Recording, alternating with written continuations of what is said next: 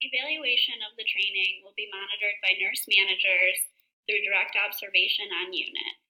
CLABSI rates will also be monitored within a 90-day period post-advanced education training collected by the infection control team via chart audits.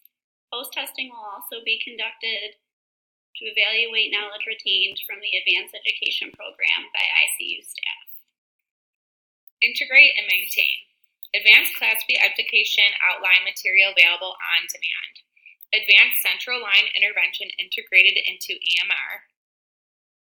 Nurse educator to conduct follow-up in-service training and updates to protocol based on current evidence-based practice every 3 months.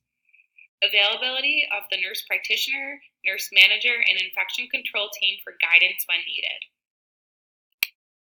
Adoption, or rejection of this new protocol will be mostly dependent on the outcome of the given experiment.